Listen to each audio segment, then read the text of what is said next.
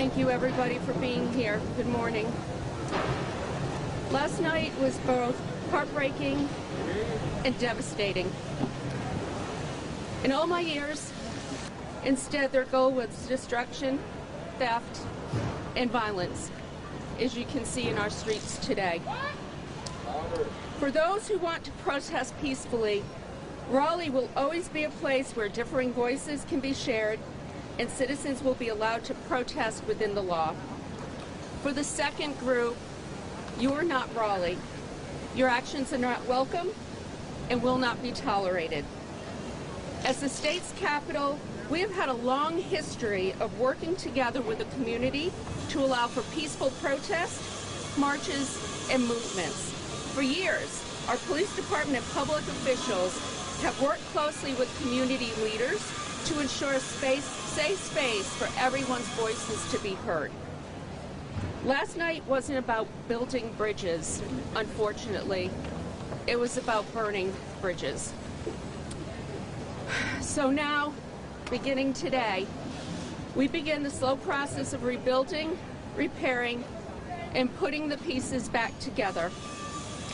While windows can be replaced and graffiti can be removed, the real work is with the community. That's all of us. We must continue to come together without the threat of violence if we truly want to find common ground. And one of the things that, even though today is terrible, one of the things that has made me feel good, see all the people down here helping each other, cleaning up, sweeping, boarding up, protecting each other, coming together. That is Raleigh, and that's the spirit we want to harness. I've also contacted Governor Cooper and asked him for support. Additionally, we are calling for a state of emergency, which will allow us the option of calling for a curfew if needed. We're taking these drastic steps because we will not allow fear to rule our community. We are Raleigh. We have been through so much, all the world has since March. First a pandemic, now this. I'm asking all of you to please come together in peace and help us begin the rebuilding process. I would now like to ask Police Chief Jack Brown to come forward and say a few words, and then we'll take questions. Thank you.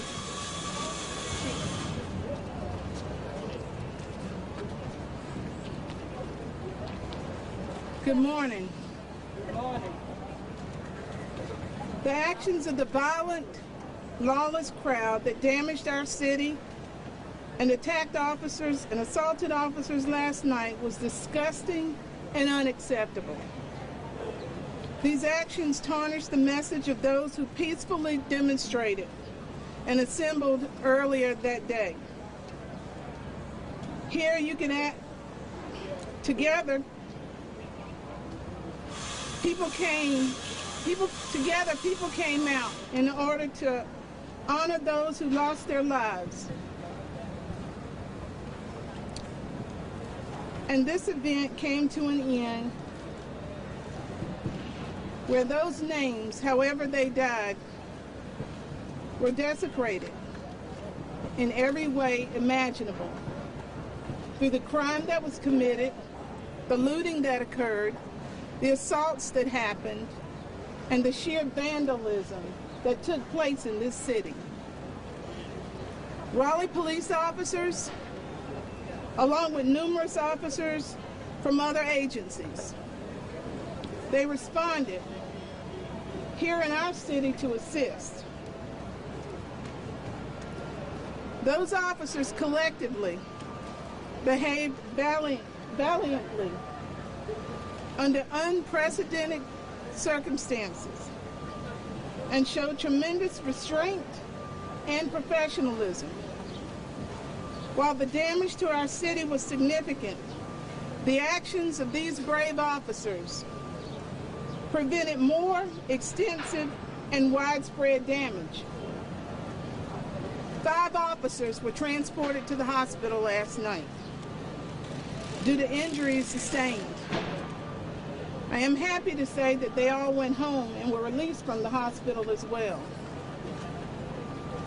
And I want to take a moment to simply thank the many jurisdictions who came out to assist us in this crisis. And not only did those chiefs send personnel, but they sent assets as well. The Apex Police Department, the Cary Police Department, the Clayton Police Department, Garner PD, Fuquay-Varina Police Department, the Johnston County Sheriff's Office, the Wake County Sheriff's Office, and the Wayne County Sheriff's Office. But let me be clear about this. The Raleigh Police Department helped to facilitate the peaceful protest and the gathering that occurred before some members of the crowd became violent and destructive. It was not until after the crowd began to throw bottles and rocks at officers that the Raleigh Police Department escalated their response. And while I hear and I understand the frustration felt by many in our community and throughout the country, destroying our city is not the answer. Destroying our city will never be the answer. And destroying our city is not acceptable, and it will not be tolerated.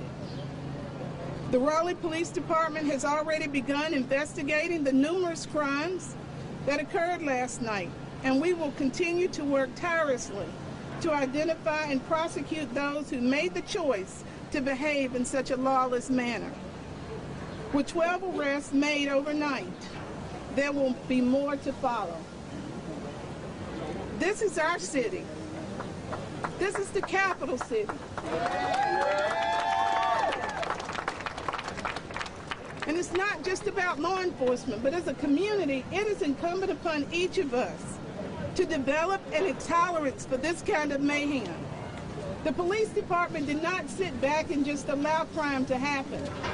People showed up with an agenda and a purpose, and it was to bring this damage and this vandalism and this destruction to the city of Raleigh, to our home. For those who want to be heard, do not let those who seek to sow seeds of anarchy lead you down a path of violence and destruction. You're stronger than that.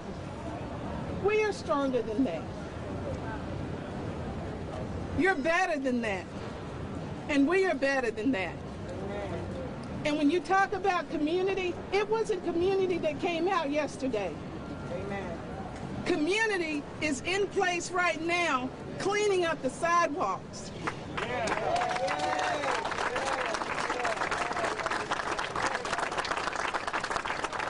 And helping to rebuild our community. The mayor talked about bridges. We have to be a community of building bridges. We cannot be one that burns them. And fires happened all over this city last night. Please look around. This is what community is and should be like. This is our community. Thank you. Now we'll take any questions from the press. Yes. So I think there's a significant fraction of Black America that would say this is the kind of violence that they experience every day. And peaceful protests have not gotten them far enough over the past 400 or even 10 years. How would you respond to that? I think you're right in some ways. Law enforcement has not had an untarnished history. And we as law enforcement officers have to recognize that. But when some situations happen, and I can tell you from my Raleigh police officers, we don't sign up to have to shoot anybody. We don't sign up to take a life. But we know in reality those things happen. But I think as a community, we also have to begin to talk about what gets us there. How do we get there? Where there's a confrontation, where lives are lost, where property is damaged. But we also have to own that word accountability, and it's on both sides of that coin. And protest, when they end like this, Where's the accountability? And I think we have to ask and be truthful in all of those questions. But it has to be more about doing and not just the actions also. I'm going to follow up to that. You know, with all of this, what we can't forget is the cause. What happened and why people were out here. That's what we have to remember going forward. How are we going to bring our community together? How are we going to deal with systemic racism? How are we going to have a community conversation so we do better? And that was the hope of the peaceful protest. Unfortunately, we're dealing with what we're dealing with, but we will not forget the cause and the purpose. Well, so then let me ask you, how are we going to do that? Well, first, City Council is going, this happened to be on our agenda on Tuesday. We are hiring consultants to help us with racial equity training. That's number one. They will help lead a community conversation on that. So we think that's really important first step, because this really is about bringing the community together and having that conversation, and that's the intention. Step number one. Questions? Both Chief and Mayor, where were you last night? I don't think the community heard from you until about 4 hours ago.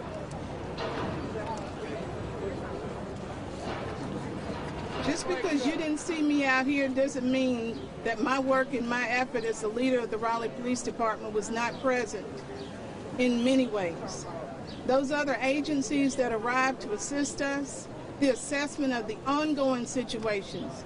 And I can tell you, we had about 2 hours of peaceful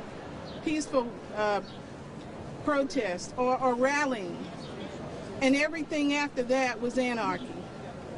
The chief has to be the leader as well. And whether you see me here or other places, you can best believe that I am working to make sure that the best interest for this city and the men and women who wear this uniform and all of those who responded to assist us is hard at work.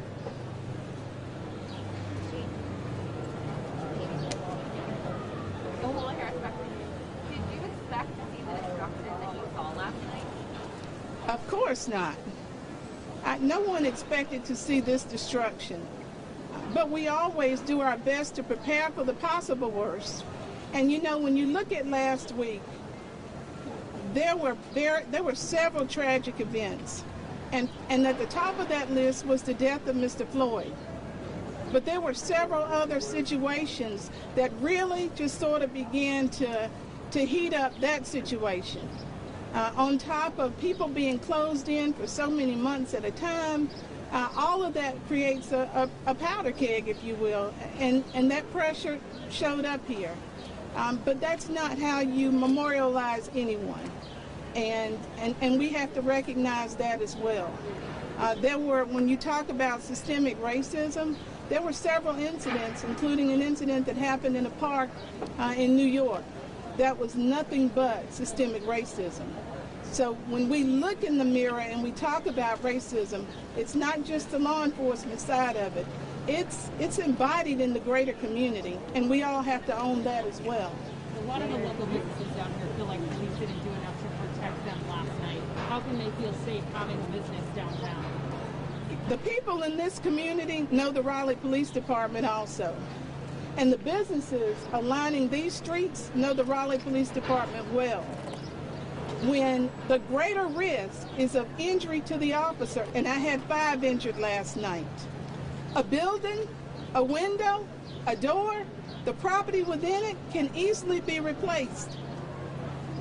But for a person who's had officers shot, and more recently than not, I will not put an officer in harm's way to protect the property inside of a building, because insurance is most likely going to cover that as well. But that officer's safety is the utmost importance. And when you have more people on the ground than you have officers, we've got to be wise and strategic as to how we deploy them at that time. But there were situations where our officers did take action. But if you look closely enough at your footage, You also saw where that community showed up and rallied around our officers, circled our officers, and threatened them, and threw rocks at them, and did everything they could do to harm them. And some of the rocks that you saw were small, but they threw them at them.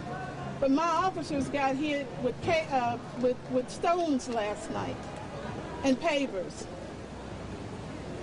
Can you tell us about some of the injuries of the officers? Were they just from the rocks? We have brain bruise. We have broken teeth. We have damage to a jaw. I'm not sure what the extent of that injury is just yet. We had someone with cardiac issues, and the list goes on. What was your strategy?